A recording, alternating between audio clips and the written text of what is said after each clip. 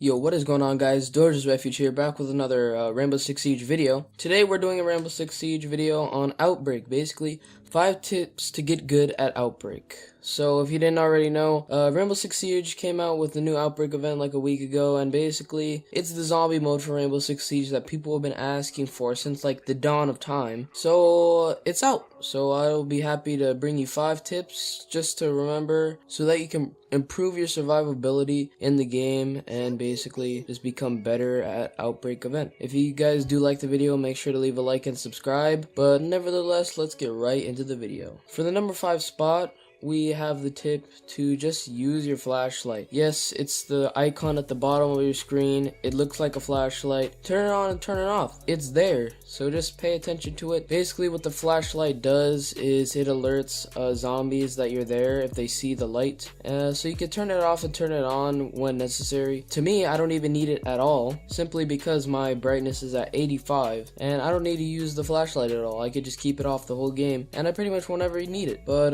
if you guys find it necessary to use a flashlight because you have a lower brightness, then go right ahead, but make sure you're turning it on and off accordingly. For our number 4 spot on the list, we have use suppressor on your guns. Basically, suppressor in general, it's not that good in actual PvP. It simply lowers the damage. The noise is still audible. You can still hear it if you have a headset on. So there's no point in using a suppressor. But the suppressor in Outbreak makes it so that you can easily take out zombies without others being alerted of your presence. This is really great when you're trying to go in with sneak approaches, and it's good to put a suppressor on one of your guns. Now, if you have a gun that does a lot of damage, around 40 damage, then it's good to put a suppressor on so that you can go with the sneak approach and not worry too much about damage. And also, you can only put the suppressor on pistols if you feel that primary weapon doesn't have enough damage done by each hit. See, like Kepkin's gun does around 34 damage, so it may not be worth putting on the suppressor. You may need the extra damage, but you can put it on his pistol and just go ahead and swipe out a few, just to go ahead and take out a few so that you can move on to the rest. For our number 3 spot on the list, we have stick with your team. This should be a fairly obvious one, but this one is very important. If you're not sticking with your team and you're going in Rambo style, you're gonna get swarmed by multiple going in loud and crazy, and you're just gonna die out very easily. And it's most likely that your team's not going to bother reviving you because of how much of a douche you're being just rushing in like that instead of sticking with the team. So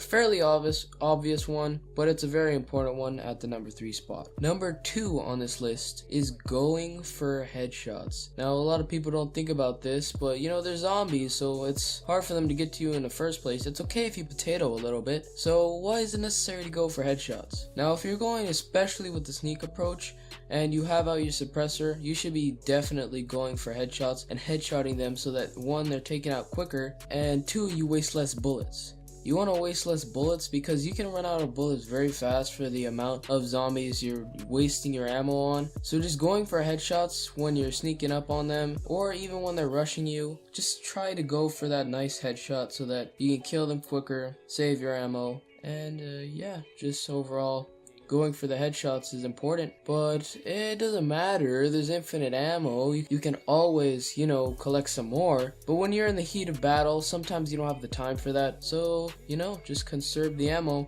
This is one of the ways to do it, simply by going for headshots. In addition, you can also use your pistol instead of your primary weapon when you're taking out a few, because you don't want to waste all the ammo on your primary weapon right away when you get to the killing, and you may know that the wave is going to get more aggressive as it goes on and the big beasts are going to come, so you don't want to shoot a pistol at their back when you run out of ammo with your primary. So you may want to save your primary ammo in some cases as well. Just thought I'd mention that. But that's it for the number 2 spot. And finally, for our number 1 spot, we have cooperate with your team. Now this goes along with number 3 with stick with your team, but this is kind of just a general statement of just cooperating with your team. Now if you're going in solo with 3 random people, go into game chat, you talk a bit, if they're in a party chat, just be talking so that they see your voice, and if they're friendly enough, they'll come to you, and you know, they'll invite you, and you guys can cooperate on your strategies, your sneak approaches, which is all vital to winning the game. Just like in normal multiplayer or normal PvP, this is a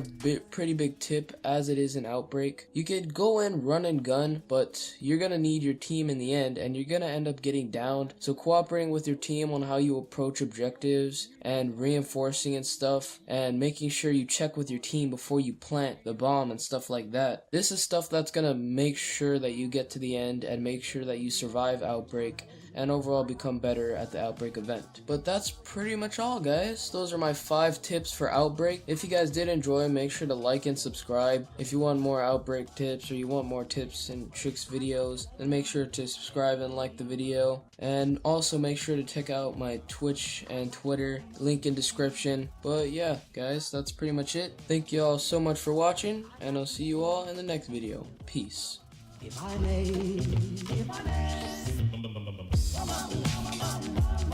I'd like to love you,